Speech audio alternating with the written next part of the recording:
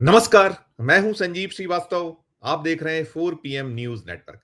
मित्रों, नरेंद्र मोदी को प्रधानमंत्री पद संभालते हुए 11 साल पूरे हो गए हैं। मोदी जी ने 26 मई 2014 को प्रधानमंत्री पद की पहली मर्तबा शपथ ली थी। फिर वे 2019 में लोकसभा के चुनाव में जिस तरीके की सफलता मिली उनके दल को और उनके अलायंस को, तो फिर वे प्रधानमंत्री हुए और फिर तीसरी बार 2024 के लोकसभा चुनाव के बाद फिर एनडीए बहुमत में आई तो वे प्रधानमंत्री हैं और लगातार 3 बार है। और इन 11 सालों में यदि नरेंद्र मोदी जी को सबसे ज्यादा कुछ बात पर कटघरे में खड़ा किया गया तो वह है कि वे झूठे दावे करते हैं, जुमलेबाजी करते हैं और फिल्मी डायलॉग्स बोला करते हैं। और अभी हम देख रहे हैं कि जो ये पहलगाम आतंकवादी नरसंहार के बाद ऑपरेशन सिंदूर और फिर सीज फायर के बाद से बीते जो करीब 15 दिन से ज़्यादा का वक़्त हो चुका है, तो मोदी जी देश के सामने पहले एक उन्होंने संदेश दिया था, एक संबोधन किया था, उसमें बहुत सारी जो फ़िल्मी अंदाज़ में बातें की थी और उसके बाद जब वो राजस्थान के बीकानेर पहुँचे थे, तब उन्होंने वही फ़िल्मी अंदाज़ के जो एक सी ग्रेड फ़िल्मों के डायलॉग जैसे आरोप लगे कि उन्होंने कहा कि मेरे तो रगों में सिंदूर बह रहा है और भले ही मैं ठंडा दिखता हूँ लेकिन बहुत गर्म मिजाज हूँ और तमाम बातें की थी। फिर हमने देखा कि जब वो गुजरात पहुंचे हुए हैं, तो गुजरात में 26 मई को किस तरीके से वे पेश आए। उन्होंने कहा कि पाकिस्तान बाज आ जाए, यदि शांति और सद्भावना से नहीं रहा, उसने अपनी जो आदतें नहीं छोड़ी, तो रोटी की जगह गोली खाना होगी, तमाम बातें कर रहे हैं और ये सब चल रहा है। और इन सब के बीच 2 दिन पहले नरेंद्र मोदी जी की अध्यक्षता में नीति आयोग की 10वीं गवर्निंग काउंसिल की बैठक हुई थी और उस बैठक के बाद एक प्रेस कॉन्फ्रेंस हुई। प्रेस कॉन्फ्रेंस नीति आयोग के सीईओ हैं सुब्रमण्यम, उन्होंने बड़ा दावा किया था। 24 तारीख को उन्होंने दावा किया था कि भारतीय इकोनॉमी चौथे नंबर पर पहुंच गई है। हमने जापान को पछाड़ दिया है। अब हम तीसरी दुनिया की जो आर्थिक ताकत है, उसकी ओर बढ़ रहे हैं, वो बन जाएंगे। 24 तारीख को दावा हुआ और अब 24 घंटे के बाद ही इनके जो नीति आयोग के एक सदस्य हैं, उन्होंने इस पूरे के पूरे दावे की हवा निकाल दी, पंक्चर कर दिया इस मामले को। और उन्होंने ये कहा है, वो नीति आयोग के सदस्य हैं, नाम है अरविंद वीरमानी। और अरविंद वीरमानी जी ने न्यूज एजेंसी पीटीआई को एक इंटरव्यू दिया है, बातचीत हुई, उसमें उन्होंने कहा है कि भारत की अर्थव्यवस्था को लेकर जो दावा है वो ये चौथी सबसे बड़ी अर्थव्यवस्था बनेगा, जापान से आगे निकल जाएगा, ऐसा संभव है। लेकिन अभी जो स्थिति है वो कह रहे हैं कि ये जो कहा गया है उनके मुताबिक कि ये अभी मेरे समझ में नहीं आ रहा है।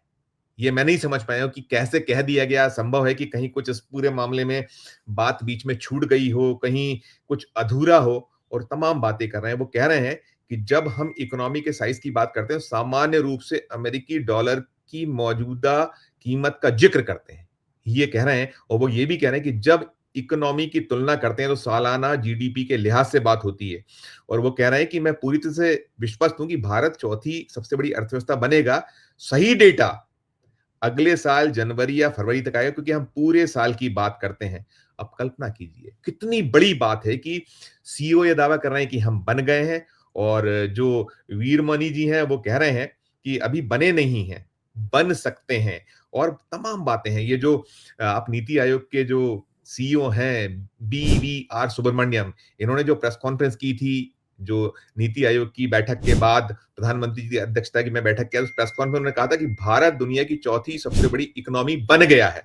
आज भारत जापान से बड़ी $4 ट्रिलियन अर्थव्यवस्था है। अब केवल अमेरिका, चीन और जर्मनी ही भारत से बड़े हैं। ये दावा किया था और उन्होंने कहा था अगर हम अपनी योजना और सोच विचार पर टिके रहे तो 2.5 और मतलब 2.5 या 3 साल में हम तीसरी सबसे बड़ी अर्थव्यवस्था बन जाएंगे। ये दावा किया गया था। जो इस सुब्रमण्यम है, सीईओ है नीति आयोग के, उन्होंने साथ में ये भी कहा था कि इंटरनेशनल मॉनेटरी फंड आईएमएफ ने अप्रैल में जारी वर्ल्ड इकोनॉमिक आउटलुक में दावा किया था कि भारत जापान को पछाड़कर दुनिया की चौथी सबसे बड़ी अर्थव्यवस्था बन जाएगा। 2025 में भारत की जीडीपी $4.19 हो जाएगी। तो कहीं ये सारा अचीवमेंट की बात हो रही थी और इधर आप कल्पना कीजिए कि ये वही नीति आयोग है जिसमें सीईओ कुछ कह रहे हैं और जो उसके सदस्य हैं वो अलग बात कर रहे हैं। वो कह रहे हैं, उनसे पूछा गया था जब ये जो पीटीआई को इंटरव्यू दिया है, तो उनसे पूछा गया था कि ये सारा जो अर्थव्यवस्था चौथी को हम स्थान पर पहुँच गए हैं, जापान को पछाड़ दिया है। तो वीरमणि जी के जो एग्ज़ैक्ट वर्डिंग थी, वो ये कह रहे थे, "ये काफ़ी उलझा हुआ सवाल है। मुझे वाक़ई नहीं पता कि उन्होंने क्या शब्द कहे। हो सकता है कि उनसे कोई शब्द छूट गया हो या कुछ और हो।" अब कल्पना कीजिए, ये क्या स्थिति है, किस तरह की बातें हैं कि आप इतना सफ़ेद झूठ, इतनी क्या जल्दी है? जब वो कह रहे हैं वीरमणि जो उसके सदस्य हैं, वो साफ कह रहे हैं कि अभी हम बने नहीं हैं। जनवरी या फरवरी में जो आंकड़े आएँगे, यानी 2026 में जो आंकड़े आएँगे, उसके बाद स्पष्ट होगा कि हम वहाँ उस स्तर पर पहुँचे हैं कि नहीं पहुँचे हैं, क्या हमारे हालात हैं।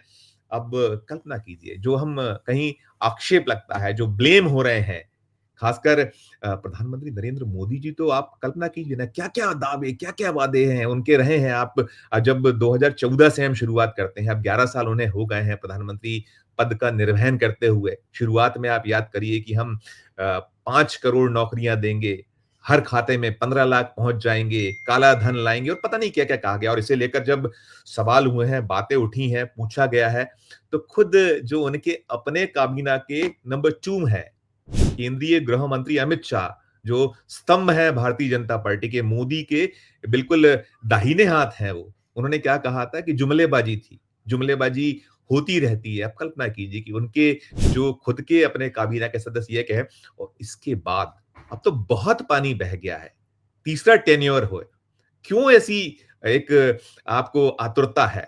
जहां आप पहुंचे नहीं हैं, उसको क्यों बता रहे हैं? आप क्या-क्या कह रहे हैं और इससे क्या कुछ होता है? राष्ट्रीय स्तर पर तो अपनी जगह है। राष्ट्रीय स्तर पर जो आर्थिक मामलों के जानकार हैं, वो बार-बार कहते हैं कि ये जो स्थितियाँ बताई जाती हैं, इसमें कहीं कोई सच्चाई नहीं है। हालत बहुत खराब है, खस्ता है, और सब पता है कि हम कितने कर्ज में डूबे हुए हैं। हमारा जो कर्ज है, वो 220 लाख करोड़ से कुछ ऊपर पहुँच गया है, और यही स्थितियाँ जो डबल इंजन है, राज्यों की हैं, जिस मध्य प्रदेश से मैं आता हूँ, या हर महीने लगभग 5,000 करोड़ रुपए कर्ज लेना पड़ रहा है, क्योंकि आपने इतना फैलाना किया हुआ है, इतनी फ्रीबीज़ हैं, तो ऐसी-ऐसी स्कीम है जिस पे आपको बिल्कुल खजाने को चला पाना मुश्किल हो रहा है। जितना आपके पास आय नहीं है, उससे कहीं ज़्यादा व्यय है।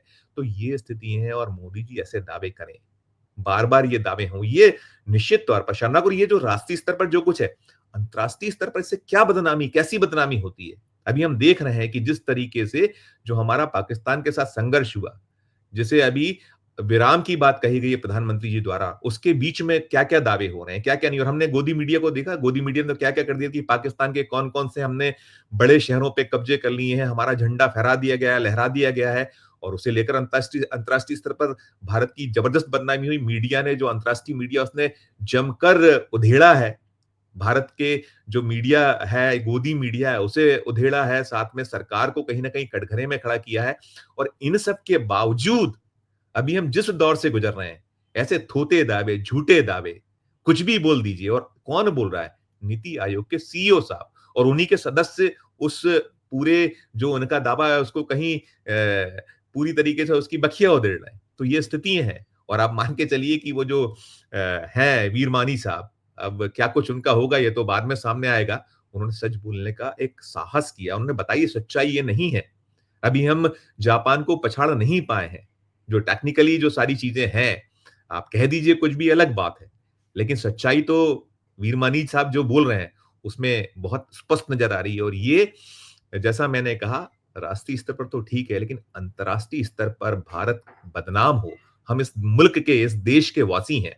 हमारा भी उतना ही अधिकार है जितना जो मोदी जी बार-बार कहते हैं, 140 करोड़ देशवासी, और उन देशवासियों के साथ इस तरीके का छल, इस तरीके का कपट, बदनामी, बदनामी और बदनामी, शर्म आती है।